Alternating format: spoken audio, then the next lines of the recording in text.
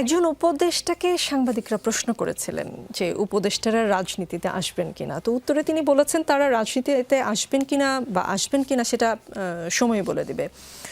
উপদেষ্টাদের মধ্যে আপনি রাজনৈতিক আকাঙ্ক্ষা লক্ষ্য করেন কিনা, বা উপদেষ্টাদের মধ্যে যদি রাজনৈতিক আকাঙ্ক্ষা তৈরি হয় সেটা কি দোষের কিছু কিনা, বা সেটা কোনো সমস্যা সৃষ্টি করতে পারে কিনা? না না, আমি একদমই মনে করি না। উপদেষ্টার মধ্যে রাজনৈতিক আকাঙ্ক্ষা যদি হয় তাহলে আমি শুধুমাত্র আসিফ আর মাহফুজ যারা আছেন ওনাদেরকে দেখি, আর বাকিদেরকে আমার মনে হয় না যে ওনারা রাজনীতি করতে চান।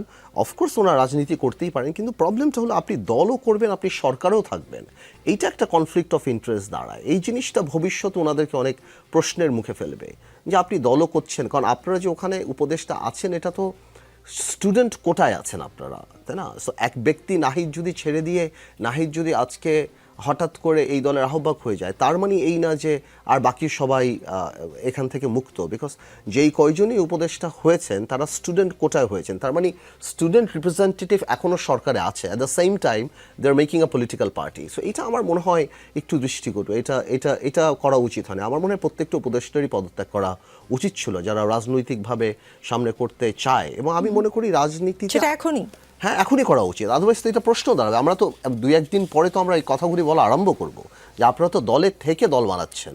কোনোভাবেই কি আসিফ মাহফুজ এরা কোন কোন ক্যাটাগরিতে, মানে কোন কারণে তার উপদেষ্টা? ছাত্র বৈষম্য বলেই তো উপদেষ্টা, ওই আন্দোলনের জন্যই তো তার উপদেষ্টা।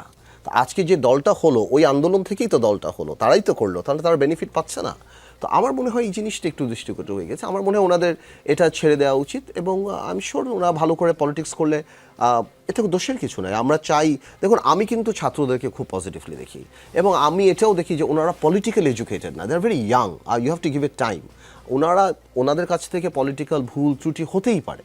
আমি যদি প্রথম দিন থেকেই তাকে যদি বিএনপি সালাউদ্দিন সাহেবের সাথে কম্পেয়ার করি, বা আমি আমার নিজের সাথেও কম্পেয়ার করি, বা নূরের সাথে কম্পেয়ার করি, এটা ফেয়ার হবে না। ওনাদেরকে শিখতে দিতে হবে, ভুল ত্রুটি করবে, এবং আমাদের এটাও স্মরণ রাখতে হবে যে ওদের স্যাক্রিফাইসটা কত ছিল। এই যে আমরা আজকে কথা বলছি বা যা করছি, যদিও প্ল্যাটফর্মটা রাজনৈতিক দল দ্বারা করা বা সাধারণ মানুষের করা, বাট ফাইনাল গেম বা ফাইনাল কাজটা তো ওদের নেতৃত্বেই করা, এবং ওরা বাচ্চা মানে অল্প বয়সের ছেলেরা অনেক কিছু কম্প্রোমাইজ করতে পারে, তা করেনি। সো আমার ওই দুর্বলতার জায়গাও আছে। অ্যাট দ্য সেম টাইম বস্তুনিষ্ঠ সমালোচনা আমার করতেই হয়, বিকজ আমি রাজনীতি করি।